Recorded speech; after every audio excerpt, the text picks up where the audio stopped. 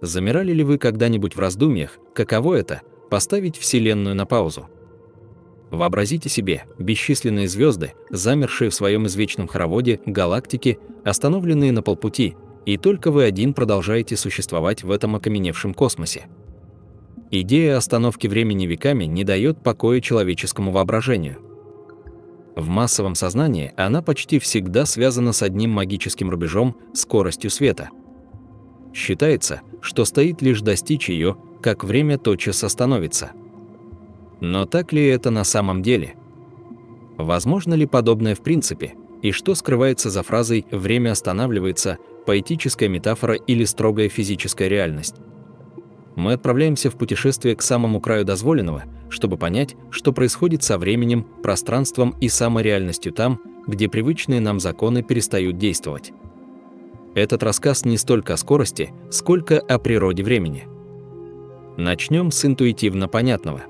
Представьте, что вы стоите на платформе и смотрите на проходящий поезд. Его скорость – 50 км в час. Теперь вообразите, что по вагону в том же направлении идет пассажир со скоростью 5 км в час. С какой скоростью он движется относительно вас? Ответ очевиден – 50 плюс 5 равно 55 км в час.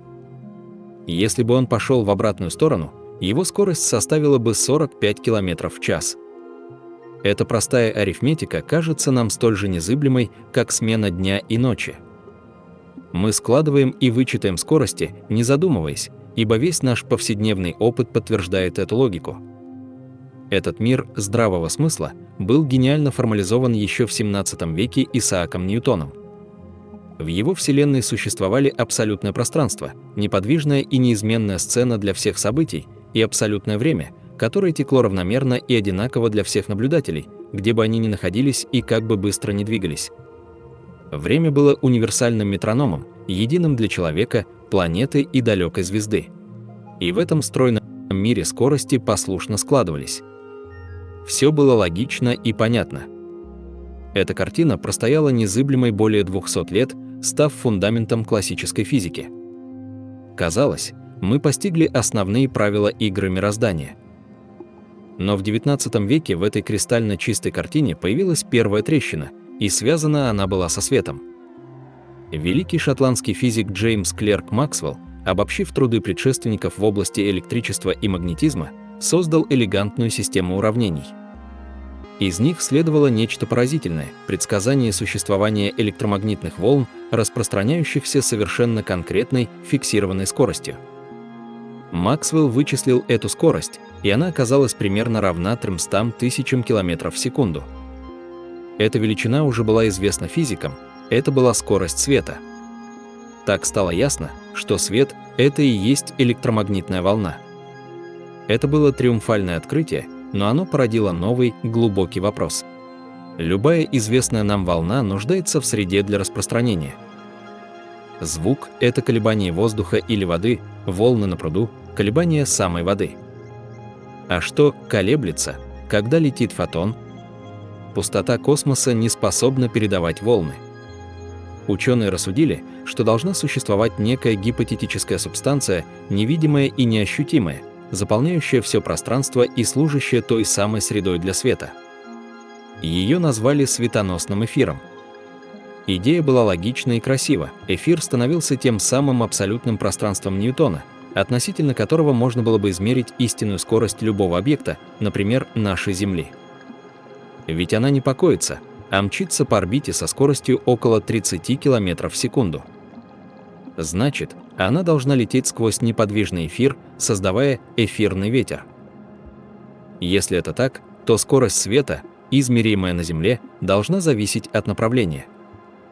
Снова прибегнем к аналогии с рекой. Если лодка плывет по течению, ее скорость относительно берега складывается из собственной скорости и скорости течения. Если против, вычитается. Так и со светом. Луч, направленный по движению Земли сквозь эфир, должен двигаться чуть быстрее, а против – чуть медленнее. Разница была бы ничтожна, но измерима. Поймать эфирный ветер значило бы доказать существование абсолютного пространства. И вот в 1887 году два американских физика, Альберт Майкельсон и Эдвард Морли поставили эксперимент по своей элегантности и значимости, ставший одним из величайших в истории. Они построили невероятно точный прибор – интерферометр.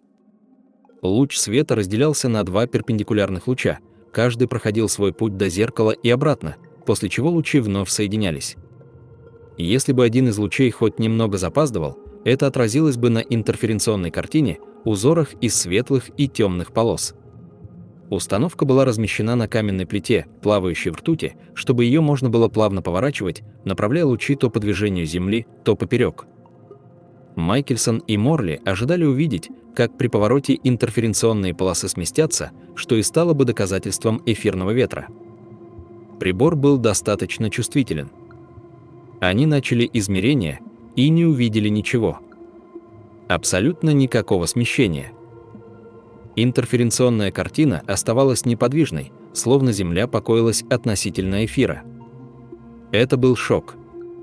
Эксперимент повторяли в разное время суток и года, когда Земля движется в разных направлениях. Результат был неизменен – оглушительная, необъяснимая тишина. Скорость света была одинаковой во всех направлениях. Представьте этот парадокс на бытовом уровне. Вы стоите на месте, и в вас бросают мяч со скоростью 100 км в час. Вы измеряете радаром 100 км в час. Теперь вы бежите навстречу мячу со скоростью 20 км в час. По логике, скорость мяча относительно вас должна быть 120 км в час, но радар снова показывает ровно 100. Вы разворачиваетесь и убегаете, радар все еще показывает 100. Мяч словно подстраивает свою скорость, чтобы она всегда была одинаковой для вас. Именно это Майкельсон и Морли обнаружили для света. Физики были в смятении. Результат был настолько контринтуитивен, что его пытались объяснить, не разрушая привычную картину мира. Джордж Фитджеральд и Хендрик Лоренс предположили, что тело при движении сквозь эфир физически сокращаются в направлении движения ровно настолько, чтобы компенсировать разницу во времени прохождения пути лучами и сделать эфирный ветер ненаблюдаемым. Это была гениальная математическая уловка, но она выглядела как искусственный костыль, придуманный специально для объяснения одного странного результата. И тут на сцену вышел молодой человек, 26-летний служащий патентного бюро в Берне по имени Альберт Эйнштейн. В свой «Год чудес» 1905 он опубликовал статью к электродинамике движущихся тел. Его подход был радикально иным. Вместо того, чтобы спасать теорию эфира, Эйнштейн предложил принять результат эксперимента Майкельсона-Морли как данность. Он не стал искать сложных объяснений, а просто сказал: а что, если Вселенная действительно так устроена? Что, если это не ошибка, а фундаментальный закон природы? Эйнштейн построил свою специальную теорию относительности на двух простых и элегантных постулатах. Первый – принцип относительности. Все законы физики выглядят одинаково во всех инерциальных системах отсчета, то есть для наблюдателей, движущихся равномерно и прямолинейно. Нет никакого способа определить, кто из них на самом деле движется, а кто покоится. Любое движение относительно. Это означало, что абсолютного пространства и светоносного эфира не существует.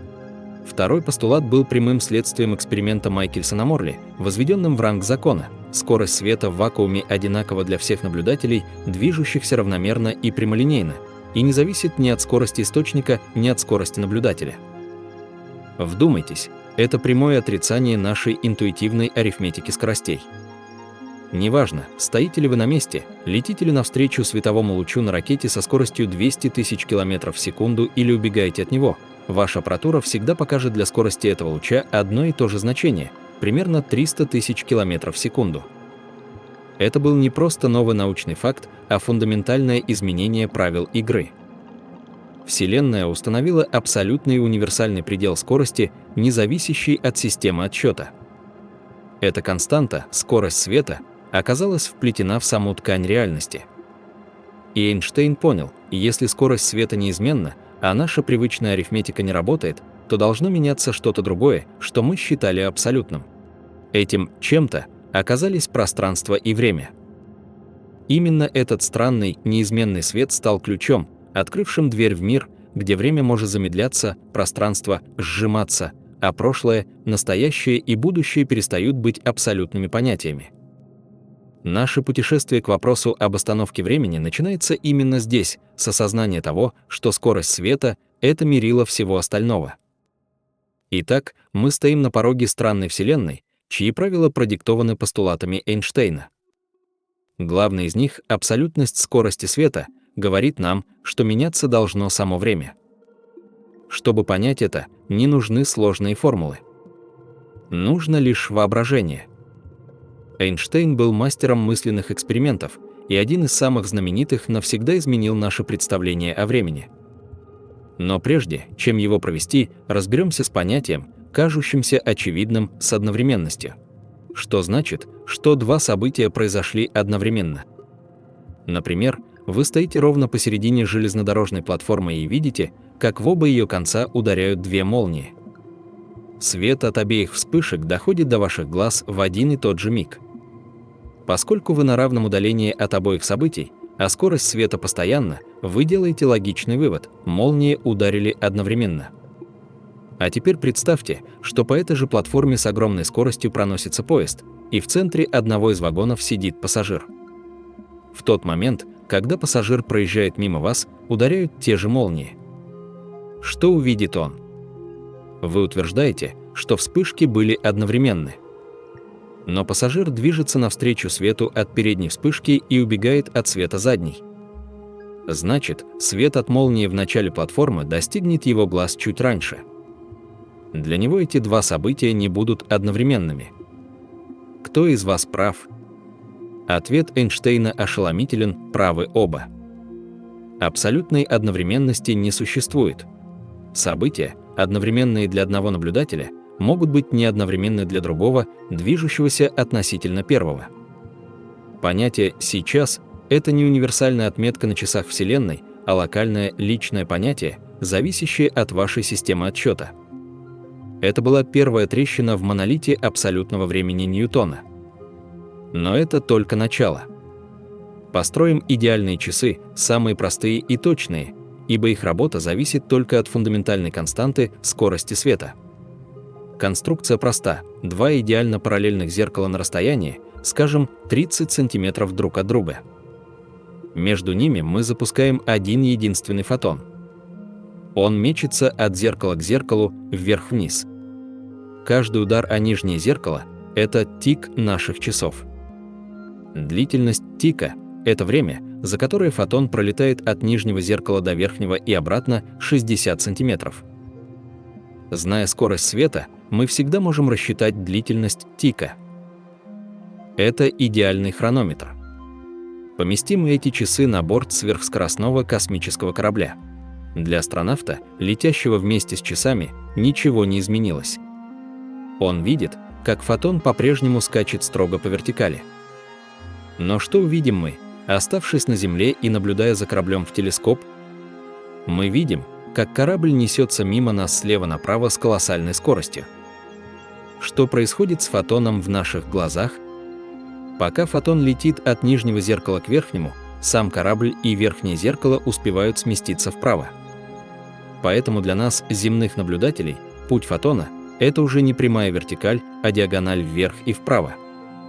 Отразившись, фотон летит к нижнему зеркалу, которое тоже сместилось, и его обратный путь – это диагональ вниз и вправо. В итоге, с нашей точки зрения, путь фотона за один тик – это зигзаг, две стороны треугольника. И здесь самое главное. Этот зигзаг, очевидно, длиннее прямой вертикальной линии, которую видит астронавт. Это простая геометрия, гипотенуза длиннее катета. Итак, мы видим, что фотон на борту летящего корабля за один тик проходит более длинное расстояние. А теперь вспомним второй постулат – скорость света постоянна. Она одинакова для астронавта и для нас. Соединим факты. С нашей точки зрения, фотон проходит более длинный путь с той же скоростью. Какой отсюда следует вывод? Если нечто движется с постоянной скоростью, но проходит большее расстояние, то на это путешествие ему требуется больше времени. Это означает, что для нас, наблюдателей с Земли, один тик часов на борту корабля длится дольше, чем тик наших собственных часов.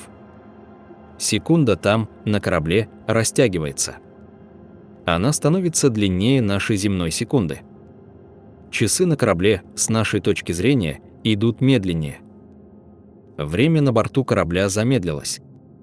Повторю это еще раз, чтобы осознать всю глубину вывода. Из двух простых предпосылок – законы физики везде одинаковы и скорость света постоянна – мы логически пришли к тому, что время не абсолютно. Его течение зависит от движения. Чем быстрее объект движется относительно вас, тем медленнее, с вашей точки зрения, для него течет время. И это не иллюзия и не оптический обман. Мы выбрали идеальные световые часы, чей механизм зависит лишь от фундаментальной константы. Любые другие часы, механические, атомные и даже биологические часы организма, обязаны подчиняться этому же закону, иначе возник бы парадокс, позволяющий астронавту определить свое абсолютное движение. Следовательно, замедляется не конкретный механизм, а само время. Этот эффект называется релятивистским замедлением времени. Это фундаментальное свойство нашей Вселенной.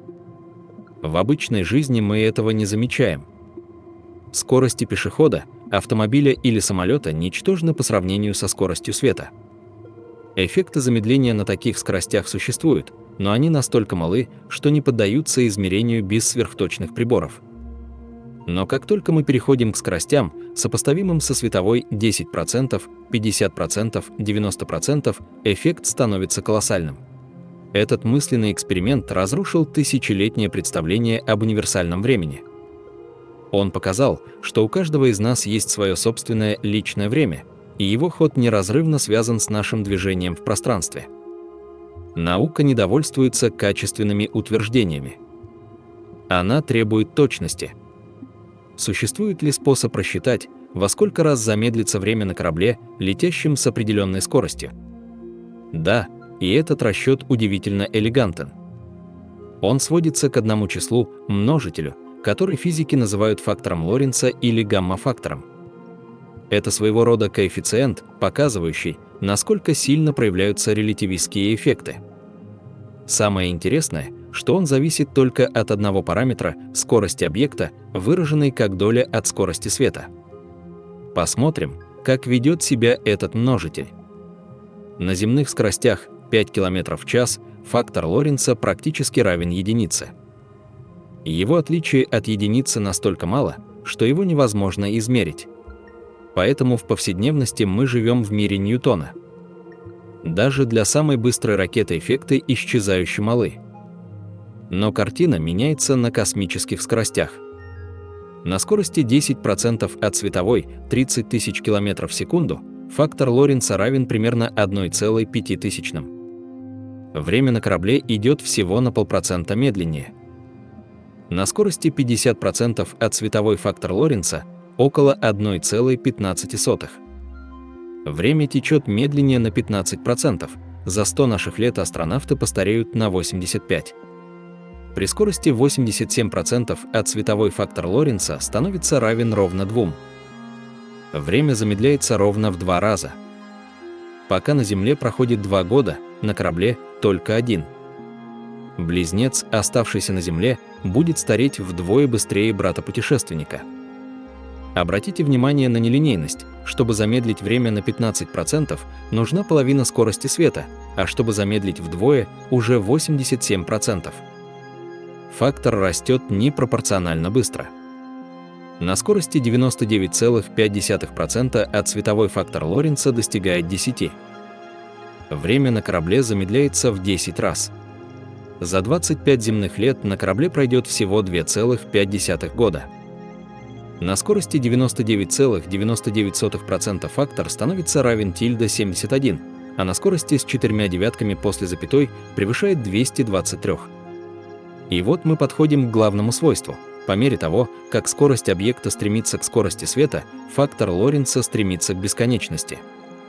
Это значит, что секунда на борту такого корабля, с нашей точки зрения, растянется до бесконечности. Время для него остановится. Это математический предел, теоретическая граница. Достичь ее для массивного объекта невозможно, но математика показывает, что время по мере приближения к этой стене замедляется все сильнее, пока не замирает на самом краю. Это может звучать как абстрактная гимнастика, но есть прямое доказательство реальности этого эффекта. Каждый день наша планета подвергается бомбардировке частицами мюонами. Мюон – нестабильная элементарная частица, тяжелый аналог электрона. Они рождаются в верхних слоях атмосферы на высоте 10-15 километров при столкновении космических лучей с ядрами атомов. У них очень короткое время жизни, в среднем всего около 2,2 микросекунды, после чего они распадаются. Даже если бы мюон двигался с самой большой возможной скоростью света, за свою короткую жизнь он пролетел бы всего около 660 метров. Никак не 10 или 15 километров. По законам классической физики, практически ни один мюон не должен долетать до поверхности Земли. Они должны были бы распадаться высоко в небе. Но детекторы на Земле регистрируют их целый поток. Они долетают. Объяснение дает теория относительности и фактор Лоренца. Мюоны рождаются с огромной энергией и летят к нам со скоростью, очень близкой к скорости света, более 99,9%. Для такой скорости фактор Лоренца огромен, может достигать 30 и больше. А это значит, что для нас, наблюдателей на Земле, внутренние часы мюона тикают в 30 раз медленнее. Его собственное время жизни растягивается. Его 2,2 микросекунды превращаются для нас почти в 70 микросекунд. Этого дополнительного времени ему как раз хватает, чтобы покрыть расстояние в 10-15 километров и долететь до наших детекторов до своего распада. Это не гипотеза, а наблюдаемый факт. Но если история с мюонами кажется далекой, вот пример ближе. Прямо сейчас над вашей головой на орбите высотой 20 тысяч километров летает созвездие из примерно 30 спутников. Это система глобального позиционирования GPS. Каждый спутник несет сверхточные атомные часы. Ваш телефон, принимая сигналы от нескольких спутников и сравнивая время отправки и приема, вычисляет расстояние до них и определяет ваше местоположение. Чтобы система работала точно, часы на спутниках и на Земле должны быть синхронизированы с наносекундной точностью. И здесь инженеры столкнулись с теорией относительности. Спутники движутся со скоростью около 14 тысяч километров в час. Для атомных часов это много. Из-за этой скорости, согласно специальной теории относительности, их бортовые часы идут медленнее земных. Расчет показывает, что они отстают примерно на 7 микросекунд в сутки. Казалось бы, мелочь, но если не вносить эту поправку, ошибка в определении местоположения будет нарастать со скоростью около 10 километров в день. Интересно, что есть и другой эффект из общей теории относительности, о ней позже. Он связан с гравитацией и заставляет часы на орбите, наоборот, идти быстрее земных, гравитация там слабее, примерно на 45 микросекунд в сутки. Суммарный эффект – часы на спутниках убегают вперед на 38 микросекунд ежедневно. И инженеры GPS обязаны вносить эту релятивистскую поправку в программное обеспечение. Каждый раз, пользуясь навигатором, вы на практике применяете теорию Эйнштейна. Так что фактор Лоренца – не абстрактная математика, а измеримая и технологически важная часть реальности. Он управляет жизнью частиц, обеспечивает работу навигации и показывает, как ткань времени растягивается у предельного барьера. Итак, время – не универсальный метроном, а гибкая субстанция, способная растягиваться. Но пытливый ум спросит, а что насчет пространства? Ведь время и пространство связаны понятием скорости. Скорость – это расстояние, деленное на время. Если мы приняли скорость света за абсолютную константу и вывели из этого, что время течет по-разному, не значит ли это, что и с расстоянием происходит нечто странное? В уравнении скорость равно расстояние / время, если скорость зафиксирована, а время стало переменным, то для сохранения равенства и расстояние должно стать переменным. Именно к этому выводу и приводит специальная теория относительности. Меняется не только время, но и пространство. Вернемся на борт нашего корабля, летящего с околосветовой скоростью. Представим, что мы с Земли можем с невероятной точностью измерить его длину, когда он пролетает мимо. Пусть в состоянии покоя его длина составляла 100 метров. Какую длину измерим мы теперь? Теория относительности дает ответ. С нашей точки зрения, летящий корабль станет короче. Он физически сократится в направлении своего движения. Это эффект Лоренцова сокращения длины. Чем выше скорость, тем сильнее сплющивание. При 87% от скорости света, когда время замедлялось вдвое, длина корабля для нас сократится тоже вдвое, до 50 метров. В пределе, при скорости света, его длина в направлении движения стала бы равна нулю, превратившись в плоский двумерный объект. Звучит как фантастика, но это такое же прямое следствие постулатов, как и замедление времени. Это не иллюзия. С нашей точки зрения, это реальное сокращение его геометрических размеров. И здесь мы подходим к самому сердцу понятия «относительность». Мы видим корабль сплющенным. А что видит астронавт на борту? Чувствует ли он, как его сжимает неведомая сила? Ответ – абсолютно нет. Для астронавта его корабль по-прежнему имеет длину 100 метров. Его собственное пространство не изменилось. Почему? Потому что, согласно первому постулату, он имеет право считать себя неподвижным, а всю остальную Вселенную – летящей ему навстречу. В его системе отсчета происходит обратное. Эта Земля, Солнечная система и далекие галактики сокращаются в направлении движения. Кто же видит истинную длину? Вопрос поставлен неверно. Истинной, абсолютной длины не существует, как не существует абсолютного времени.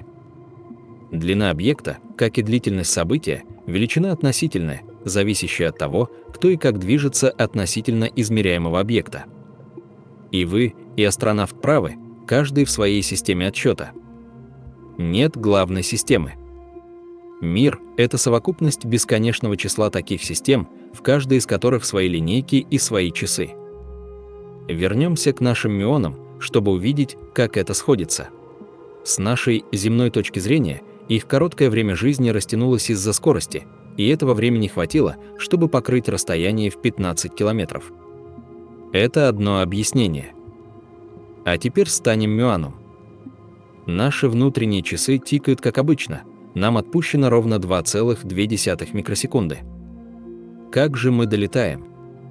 А дело в том, что с нашей точки зрения мы неподвижны, а эта Земля со всей атмосферой несется на нас с околосветовой скоростью. И раз так, то для нас все расстояние в 15 километров земной атмосферы подвергается релятивистскому сокращению и сжимается, например, до 500 метров. А 500 метров мы вполне способны пролететь за отведенное нам короткое время жизни. Два совершенно разных объяснения одного явления. С точки зрения Земли расстояние постоянно, но время растянулось. С точки зрения мюона время постоянно, но расстояние сократилось. Оба приводят к одному результату – мюон достигает поверхности. В этом внутренняя непротиворечивость и красота теории относительности. Осознав это, физики поняли, что больше нельзя говорить о пространстве и времени как об отдельных вещах. Это две стороны одной медали. Человеком, который лучше всех формализовал эту идею, был бывший профессор Эйнштейна, математик Герман Минковский. В 1908 году он произнес знаменитую фразу: «Отныне пространство само по себе и время само по себе должны обратиться в фикции, и лишь некоторый вид их соединения сохранит еще самостоятельность». Он предложил рассматривать наш мир как единый четырехмерный континуум пространство-время. В этой реальности у всего есть не только три пространственные координаты, но и временные. Каждое событие – это точка в этом континууме, а история любого объекта – это мировая линия, вьющаяся сквозь пространство-время. В этой концепции появилось элегантное объяснение замедления времени. Представьте, что все объекты во Вселенной всегда движутся сквозь четырехмерное пространство-время с одной и той же постоянной скоростью – скоростью света. Пока вы сидите неподвижно в кресле, вся ваша скорость направлена вдоль оси времени. Вы несетесь сквозь время с максимальной скоростью секунда в секунду. Но как только вы начинаете двигаться в пространстве, вы одалживаете часть своей скорости из временного измерения и перенаправляете ее в пространственное. Ваш вектор скорости наклоняется. Чем быстрее вы движетесь в пространстве, тем больше вы отнимаете от своей скорости во времени. В пределе, если бы вы смогли двигаться в пространстве со скоростью света, вся ваша скорость ушла бы на это, и на движение во времени ничего бы не осталось, ваше время остановилось бы. Эта концепция стала новым фундаментом физики. Пространство и время – не жесткая сцена, а активные участники драмы. Они могут растягиваться и сжиматься, перетекать друг в друга. До сих пор мы говорили о том, как меняется мир для наблюдателя, уже движущегося с огромной скоростью. Это кинематика. Теперь зададимся вопросом из динамики: как достичь такой скорости? Наш повседневный опыт говорит, чтобы разогнать тело, нужно приложить силу. Чем дольше прилагаем силу, тем выше скорость. В мире Ньютона, имея достаточно мощный двигатель и топливо, можно разгоняться сколь угодно долго и достичь любой скорости. Но в реальности, построенной на постулатах Эйнштейна, все сложнее. Чтобы понять это, вспомним самое знаменитое уравнение в истории – E равно mc во второй степени. Чаще всего его интерпретируют как рецепт высвобождения колоссальной энергии из материи. Масса может превращаться в энергию. Но у формулы есть и другое, более тонкое прочтение – энергия обладает массой. Любая энергия, сообщенная телу, тепловая, кинетическая, добавляет этому телу массу. Масса – это мера инерции, способности тела сопротивляться изменению движения. Соберем все вместе. Представим космический корабль в состоянии покоя. У него есть масса покоя. Мы включаем двигатели и начинаем разгонять его, сообщая ему кинетическую энергию. Корабль ускоряется, но по мере того, как мы вкачиваем в него энергию, его релятивистская масса начинает расти. На малых скоростях это увеличение ничтожно, масса автомобиля на шоссе всего на фемтограммы больше, чем на парковке. Но при приближении к скорости света картина меняется драматически. Вновь обратимся к фактору Лоренца. Оказывается, релятивистская масса объекта равна его массе покоя, умноженной на этот гамма-фактор. Мы помним, как он себя ведет.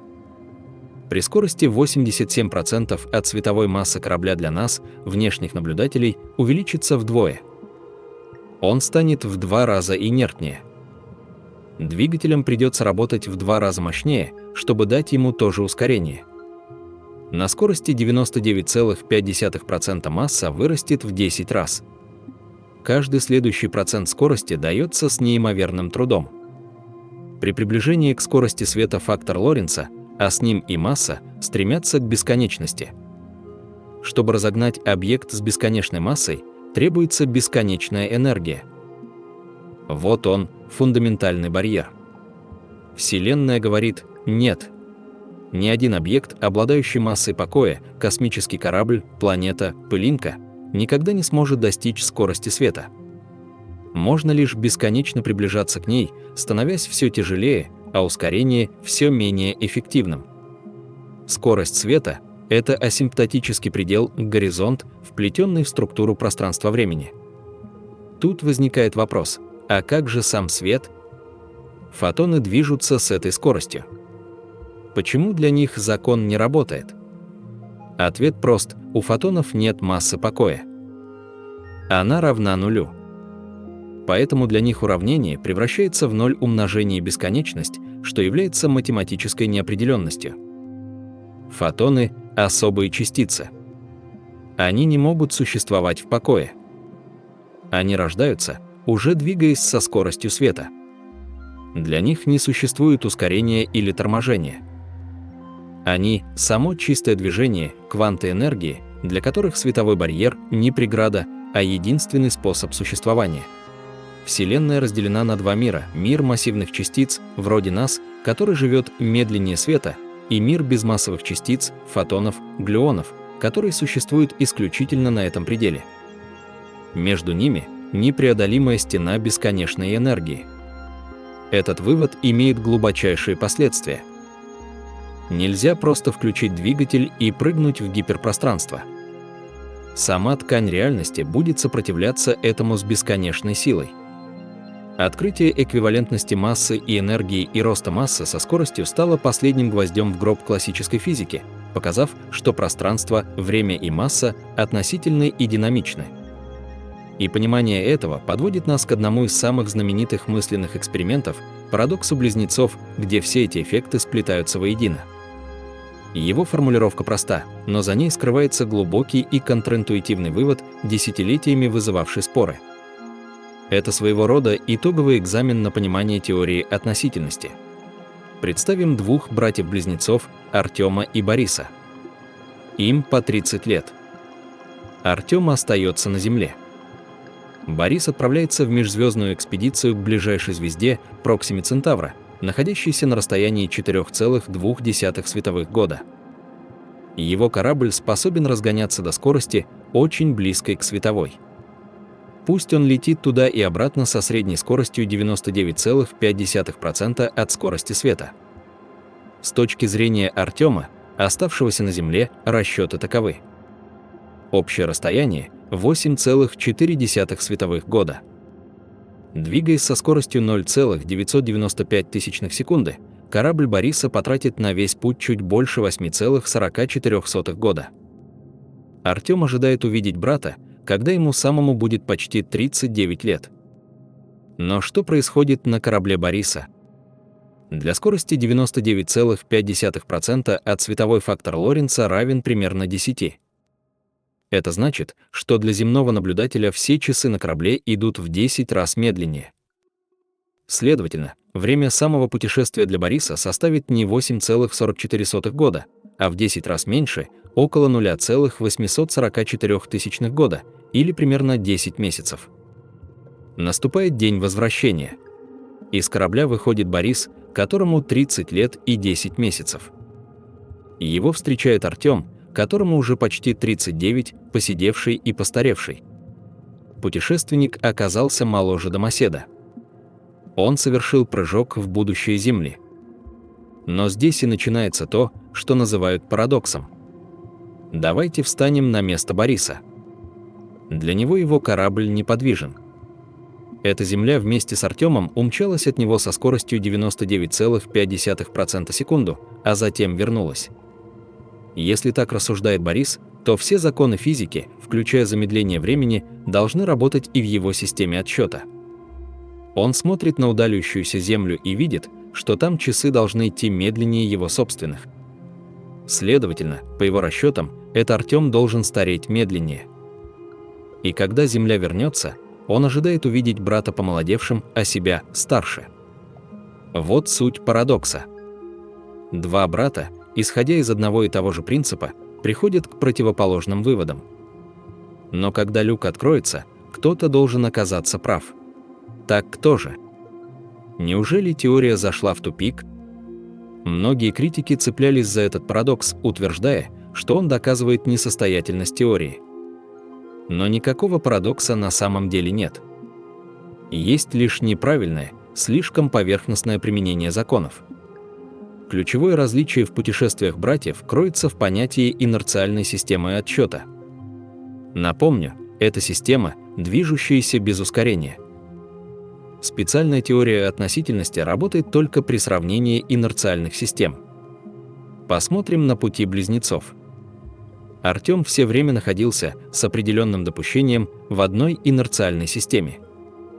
Он не испытывал ускорений. А что насчет Бориса? Его путешествие состояло из этапов ускорения: разгон для старта с Земли, торможение у Проксимы, разгон для обратного пути, торможение при посадке. Ускорение, в отличие от скорости, абсолютно. Борис всегда может сказать, ускоряется он или нет, просто почувствовав перегрузку или взглянув на акселерометр. Именно из-за того, что Борис менял свои системы отсчета, сначала был в системе Земли, потом в системе летящего корабля и так далее, симметрия нарушается. Его ситуация и ситуация Артема фундаментально неэквивалентны. Артем был в одной системе, Борис – в нескольких. В моменты ускорений происходит переключение, которое и приводит к разнице в возрасте. Более строгий анализ, требующий уже общей теории относительности, однозначно показывает, тот, кто испытывал ускорение, всегда окажется моложе. Парадокс разрешен. Победитель Артем. Путешественник возвращается молодым. Это замечательная теория, но можно ли проверить этот вывод на практике? Разогнать космонавта до околосветовых скоростей мы пока не можем, но можем провести более тонкий эксперимент с использованием самых точных часов. В 1971 году два американских физика, Джозеф Хафели и Ричард Китинг, провели такой эксперимент. Они взяли 4 сверхточных цезиевых атомных часов, синхронизировали их до наносекунды, и одни, контрольные, оставили в обсерватории. Остальные они погрузили на борта обычных пассажирских самолетов и отправили в кругосветное путешествие. Один самолет полетел на восток по направлению вращения Земли, другой – на запад против вращения. Зачем два направления? Чтобы проверить два эффекта теории относительности. Во-первых, кинематический эффект – замедление времени из-за скорости.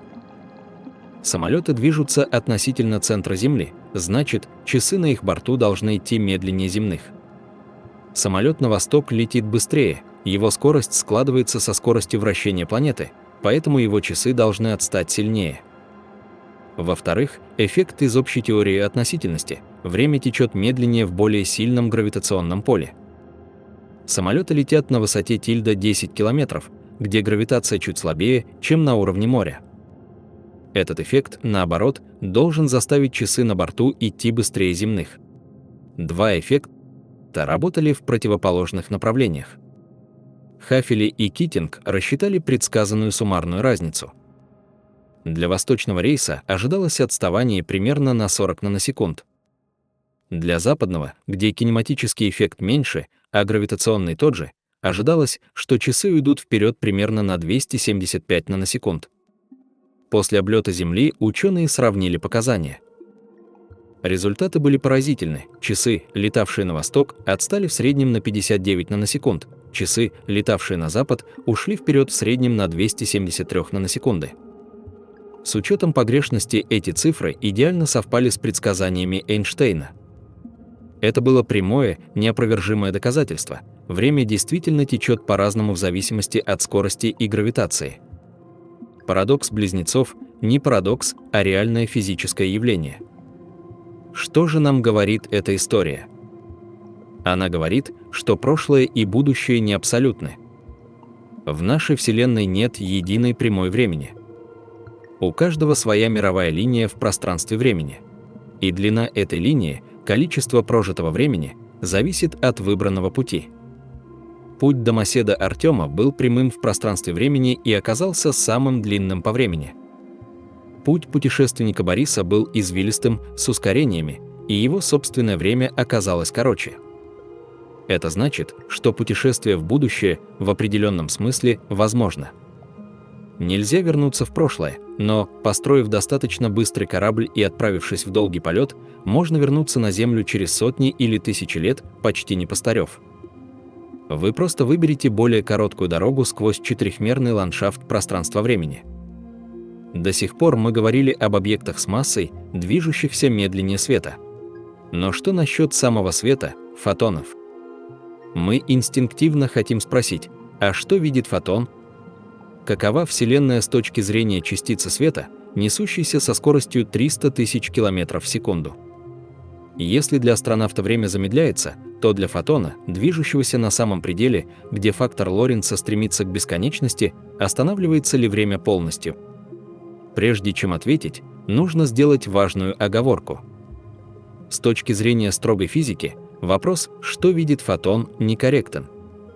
Система отсчета, связанная с фотоном, не является инерциальной. В строгом смысле она не существует. Нельзя сесть верхом на фотон, потому что в такой гипотетической системе законы физики перестают работать, уравнения выдают бесконечности, а понятия расстояния и времени теряют смысл. Но, хотя мы не можем построить полноценную теорию для мира фотона, мы можем посмотреть, к чему стремятся наши известные законы при приближении к скорости света. Мы можем исследовать этот предел, чтобы умозрительно представить реальность для частицы света. И эта картина оказывается самой странной. Вспомним два главных эффекта. Первый – замедление времени. Для фотона любой промежуток времени с нашей точки зрения делится на бесконечность. Любое конечное время, деленное на бесконечность, дает 0. Для фотона не существует длительности. Представьте фотон, родившийся в ядре звезды в галактике Андромеды 2,5 миллиона лет назад. Для нас его путешествие было долгим. Для него самого, в его собственной системе отсчета, это путешествие заняло ровно 0 времени. Момент испускания и момент поглощения вашим глазом для него – одно и то же событие. Вся его жизнь – это один единственный миг без продолжительности. У него нет прошлого и будущего, только бесконечно короткое «сейчас». Второй эффект – сокращение пространства. Для фотона, движущегося со скоростью света, фактор Лоренца бесконечен, значит, вся Вселенная в направлении его движения сжата в 0. Все расстояние, которое он должен пролететь, будь то метр или миллиарды световых лет, для него схлопывается в одну точку. Он одновременно находится и в точке старта, и в точке финиша. Он не путешествует через пространство в нашем понимании, а просто соединяет две точки пространства-времени, которые для него слиты воедино. Чтобы лучше это понять, введем понятие пространственно-временного интервала Минковского. Это обобщенное расстояние в четырехмерном пространстве времени. В отличие от обычных расстояния и времени, которые относительны, этот интервал – величина инвариантная, абсолютная, одинаковая для всех.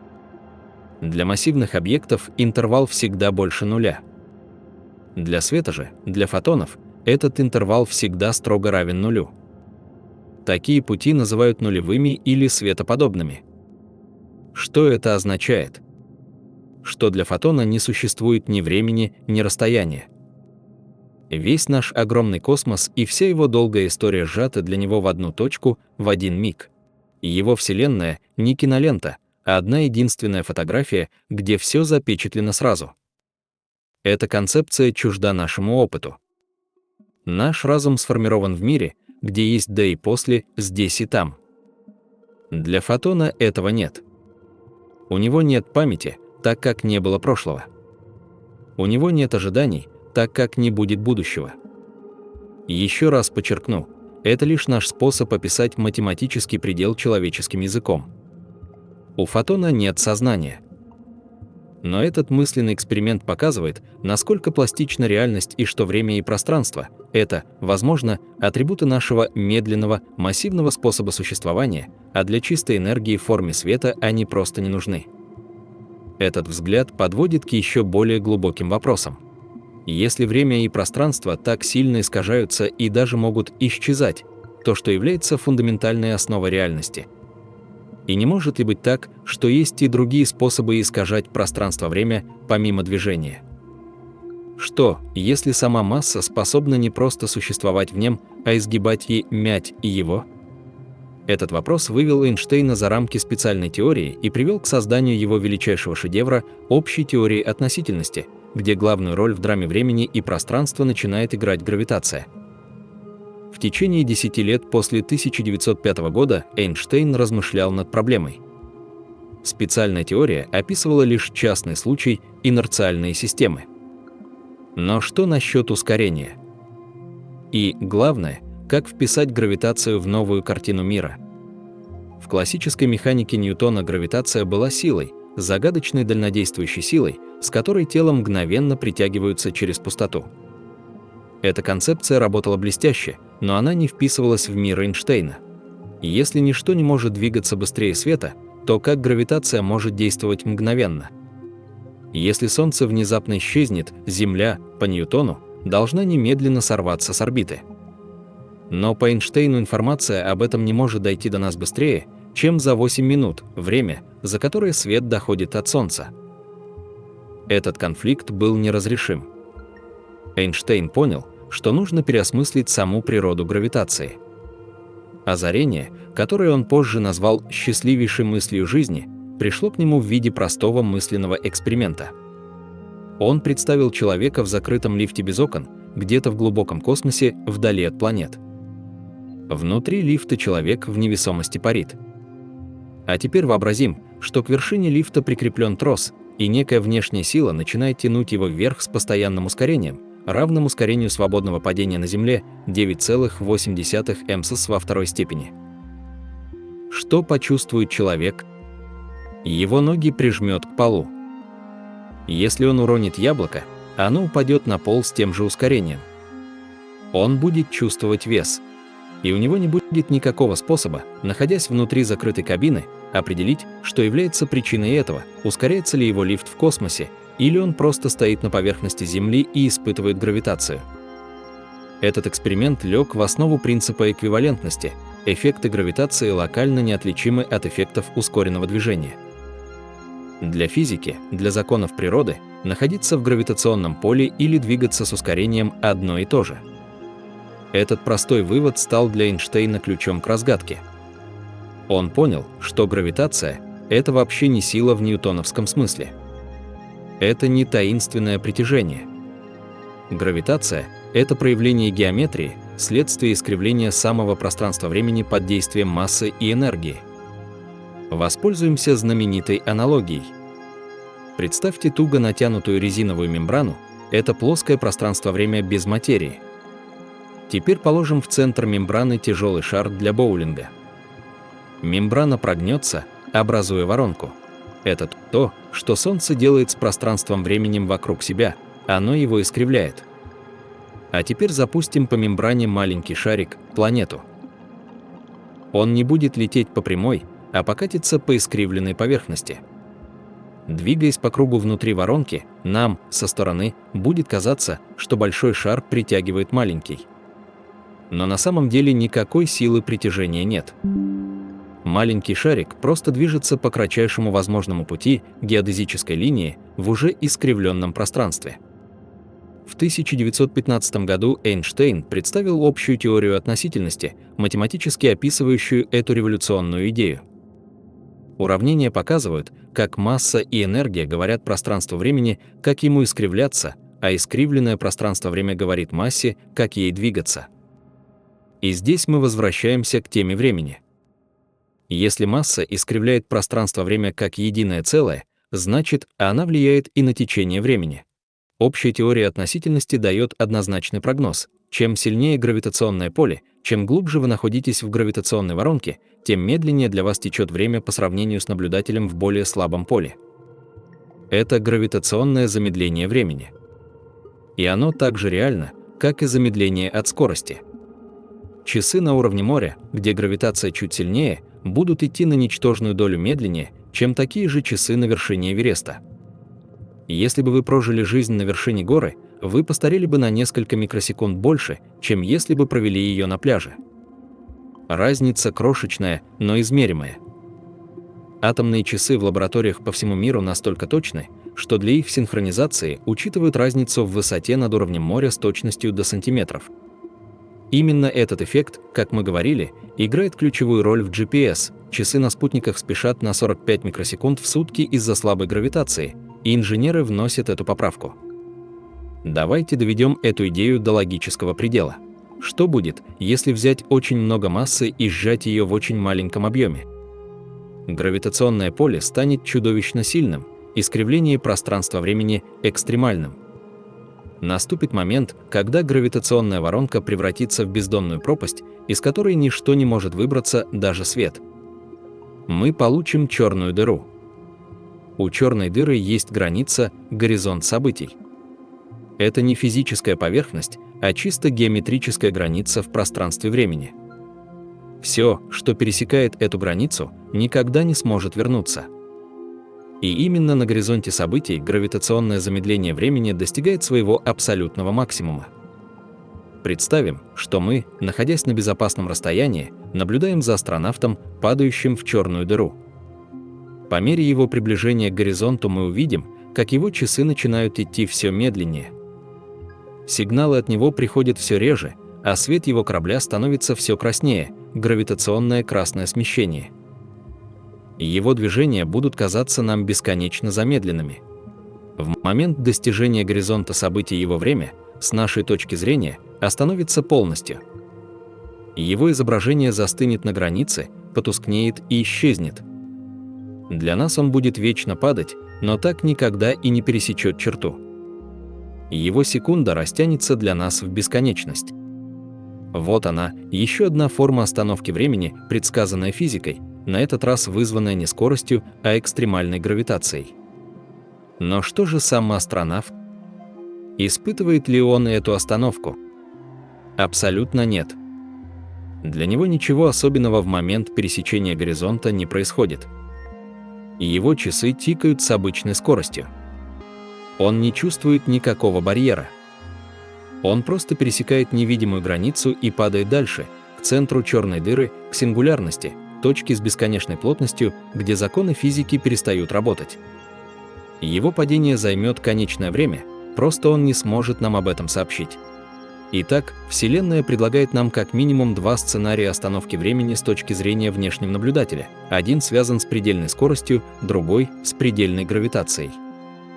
Оба показывают, насколько глубоко движение и гравитация вплетены в геометрию реальности, управляя течением самого времени. До сих пор наше путешествие было абстрактным. Мы говорили о замедлении часов и сокращении линеек, но это трудно представить визуально. Когда мы пытаемся вообразить полет на околосветовой скорости, в голову приходят образы из кино, звезды, вытягивающиеся в длинные полосы. Это красивый спецэффект, но имеет ли он отношение к реальности? Что на самом деле увидел бы человек, глядя в иллюминатор корабля, несущегося со скоростью, близкой к световой? Реальная картина была бы намного более странной и совершенно не похожей на научную фантастику. Визуальные эффекты, предсказываемые теорией относительности, это сложный калейдоскоп искажений. Первый и важнейший эффект – релятивистская аберрация света. Суть проста. Когда вы стоите под дождем, капли падают вертикально. Но когда вы бежите, вам кажется, что дождь бьет в лицо под углом. Со светом то же самое. Когда вы неподвижны, свет от звезд сверху приходит сверху, от звезд сбоку – сбоку. Но как только вы начинаете двигаться с огромной скоростью, направление, с которого приходит свет, смещается вперед по ходу движения.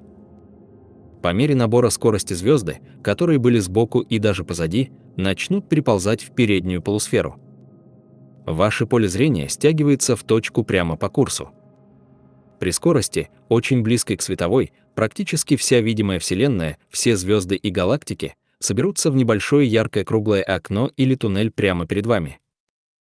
Все, что вне этого окна, погрузится в абсолютную тьму. Но это только начало. Второй эффект – эффект Доплера для света. Когда вы летите навстречу источнику света, световые волны сжимаются, их частота увеличивается, и цвет смещается в сторону более коротких волн от красного к синему, фиолетовому, ультрафиолету и дальше. Это синее смещение. Звезды прямо по курсу станут ослепительно яркими и начнут излучать опасную радиацию. И наоборот, свет от звезд, которые вы оставляете позади, но из-за аберрации они все еще видны в переднем окне, ближе к краям, испытывает красное смещение. Они станут тусклыми, красными, затем уйдут в инфракрасный диапазон и исчезнут.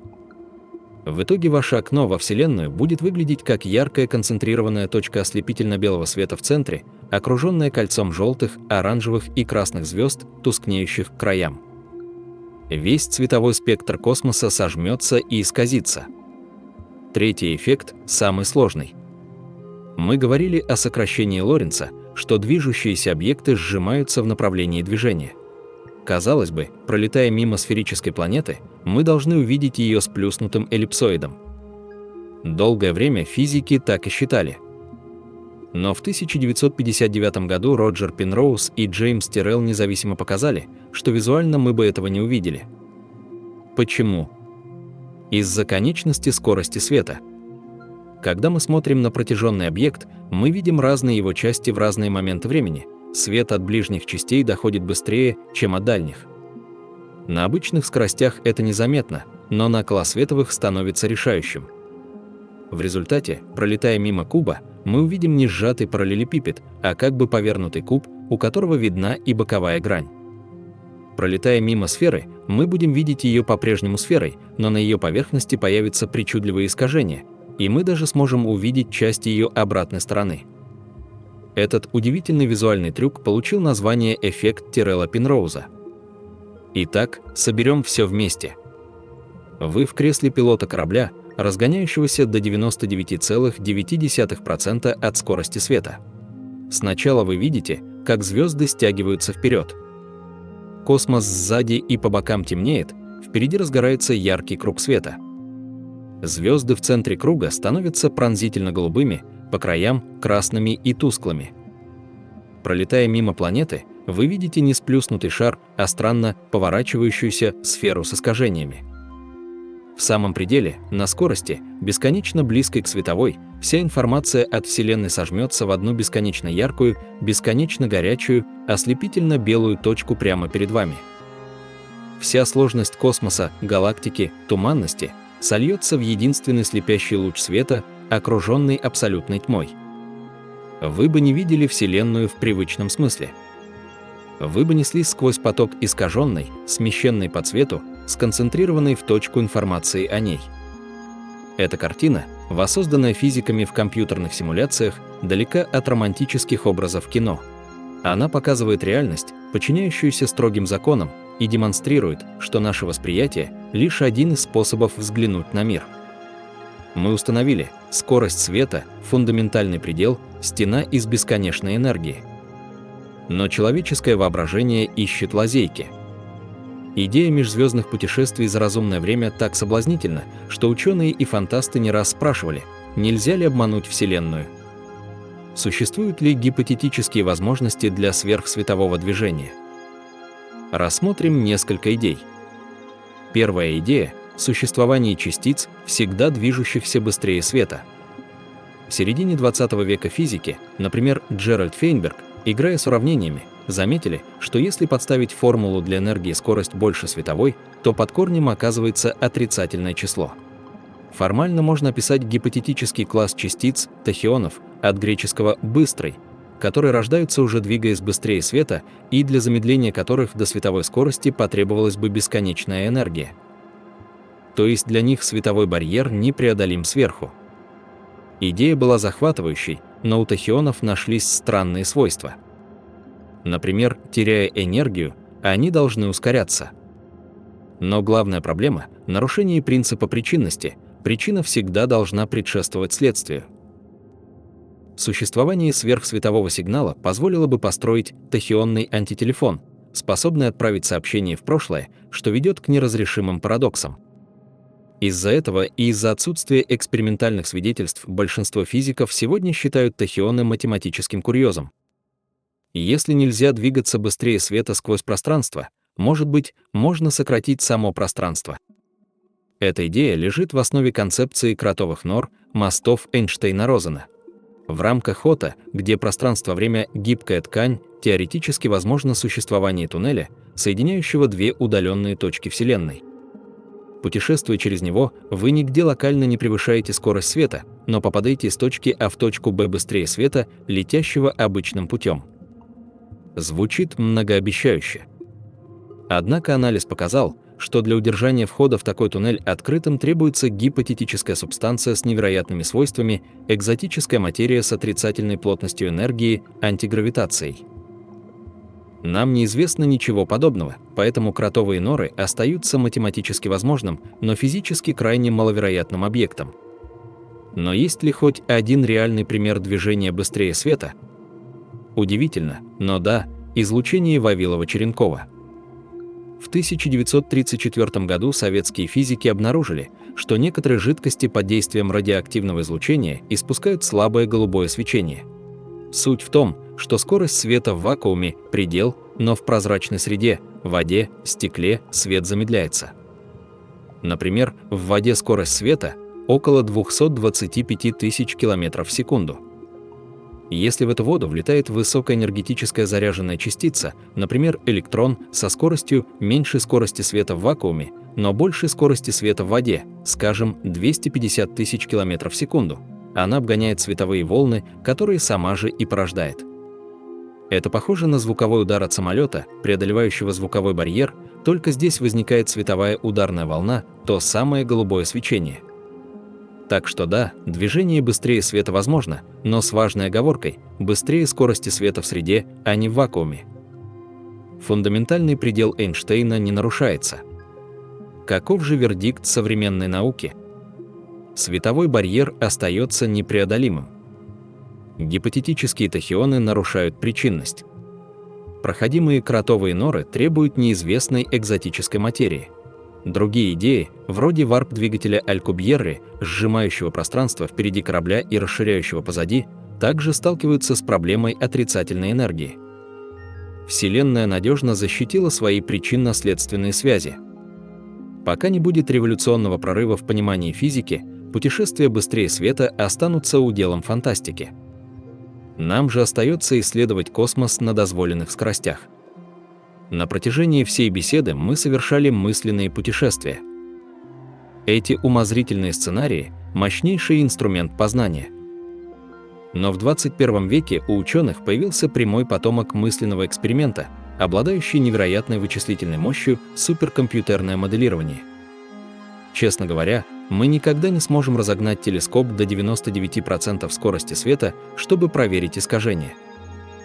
Мы не можем отправить зонд за горизонт событий. Многие предсказания теории относительности относятся к условиям, которые невозможно воссоздать в лаборатории. Как же ученые могут быть уверены в выводах и создавать детальные визуализации? Ответ в силе математики и вычислительной техники. Уравнение Эйнштейна – это набор сложнейших дифференциальных уравнений. Аналитически, на бумаге, их можно решить лишь для простых случаев. Но с помощью мощного компьютера можно решать их численно. Ученые создают внутри суперкомпьютера виртуальную цифровую вселенную, в которой действуют те же законы физики уравнения Эйнштейна.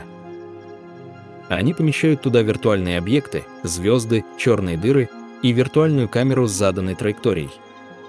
Компьютер проделывает титаническую работу, рассчитывает путь каждого виртуального луча света в искривленной динамичной вселенной, учитывая гравитационное линзирование, эффект Доплера, красное смещение, аберрацию. Он делает это для миллионов и миллиардов лучей и собирает из них финальное изображение.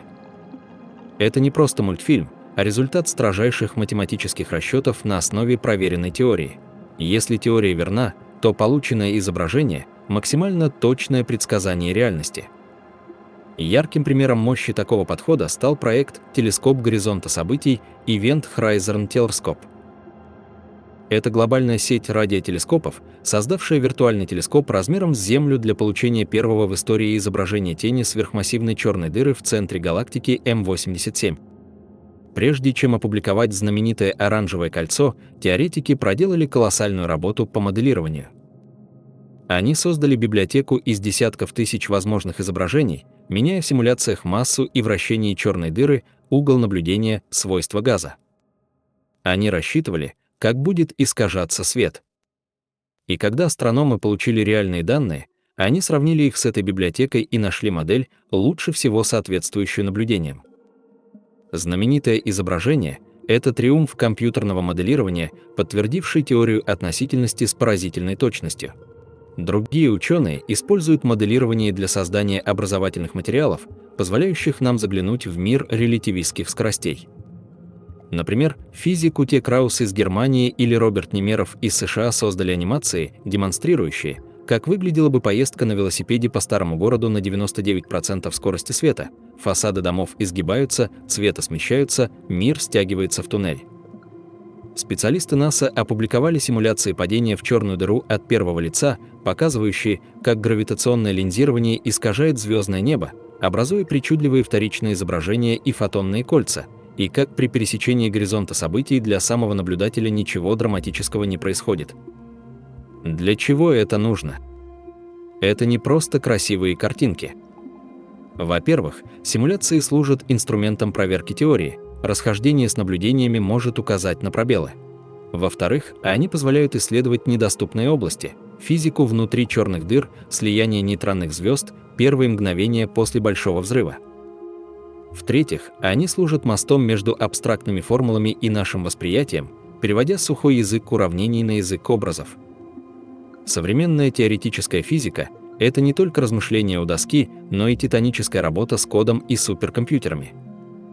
Цифровые вселенные стали для нас такими же важными лабораториями, как когда-то телескоп для Галилея.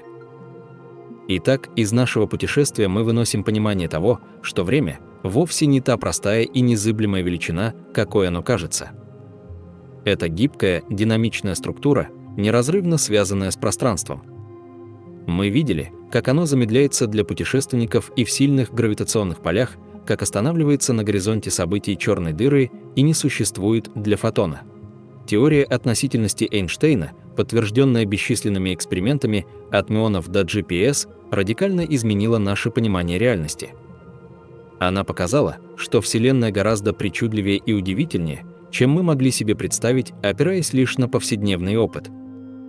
И хотя скорость света остается неприступным барьером, само стремление к его пониманию открывает нам все новые грани мироздания, где время и пространство танцуют под музыку материи и энергии. Эти симуляции выполняют несколько критически важных функций. Во-первых, они служат мощнейшим инструментом проверки самой теории. Если результаты моделирования расходятся с тем, что мы наблюдаем, как в случае с тенью черной дыры, это может указывать на то, что в нашей теории есть пробелы или что мы не учли какие-то важные физические процессы. Во-вторых, они позволяют нам исследовать области, недоступные для прямого эксперимента. Мы можем прощупать физику в самых экстремальных условиях Вселенной, внутри черных дыр, в моменты слияния нейтронных звезд, в первые мгновения после Большого взрыва.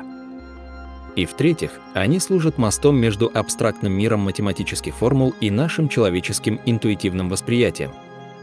Они приводят сухой язык уравнений на язык образов, позволяя нам хоть краем глаза увидеть, насколько странной и прекрасной является Вселенная Эйнштейна.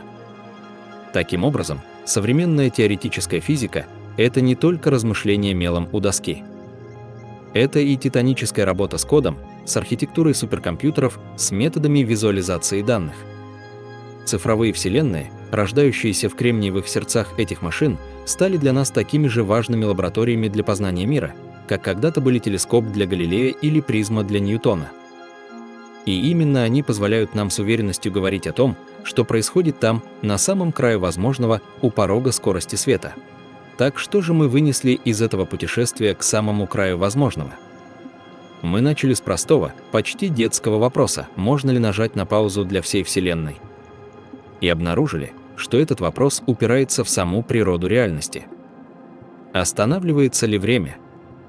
Ответ оказался сложнее, чем просто «да» или «нет». Для нас, людей, живущих в мире медленных скоростей и умеренной гравитации, время течет ровно и неумолимо. Но стоит нам мысленно разогнаться до скоростей, близких к световой, или приблизиться к чудовищной гравитации черной дыры, как привычное течение времени искажается до неузнаваемости.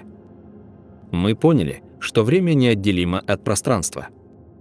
Они сплетены в единый четырехмерный танец пространство-время. И этот танец не статичен. Масса и энергия заставляют его искривляться, а искривление, в свою очередь, диктует, как двигаться массе и как течь времени. Мы увидели, что скорость света — это не просто какая-то большая скорость. Это фундаментальный предел, встроенный в саму структуру мироздания.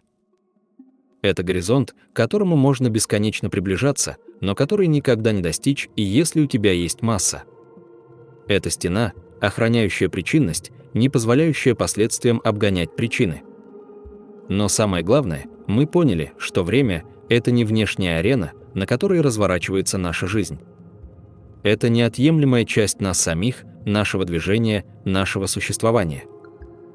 Каждый из нас несет с собой свои собственные часы, и ход этих часов зависит от того, какой путь в пространстве времени мы выбираем. Путешественник, отправившийся к звездам и вернувшийся, действительно оказывается моложе своего брата-домоседа. Это не фантастика, а экспериментально подтвержденный факт. И, наконец, взгляд с точки зрения фотона показал нам, насколько наше восприятие времени и пространства может быть ограниченным. Для безмассовой частицы света, движущейся с предельной скоростью, не существует ни времени, ни расстояния. Вся история Вселенной для нее – одно единственное сейчас, все пространства – одна. Быть может, время – это свойство, присущее только материи, только объектам с массой, а для чистой энергии оно просто не нужно. Так что останавливается ли время? Для нас, массивных наблюдателей, Оно может замедлиться до бесконечности с точки зрения другого наблюдателя, но никогда не остановится в нашей собственной системе отсчета. Оно может застыть на горизонте черной дыры для внешнего мира, но для падающего астронавта продолжит свой неумолимый бег к сингулярности. Мы живем во Вселенной, где время и пространство оказались не жесткой сценой, а гибкими, пластичными, живыми участниками космической драмы. И осознание этого, пожалуй, самый удивительный итог нашего путешествия. Вселенная Эйнштейна оказалась гораздо более странной, богатой и прекрасной, чем та простая картина мира, которую рисовал нам здравый смысл. И главное, что этот новый мир открыт для исследования не только с помощью телескопов и ускорителей, но и с помощью самого мощного инструмента, который у нас есть, нашего разума, способного задавать вопросы и искать на них ответы, даже когда речь идет о таких неуловимых вещах, как время.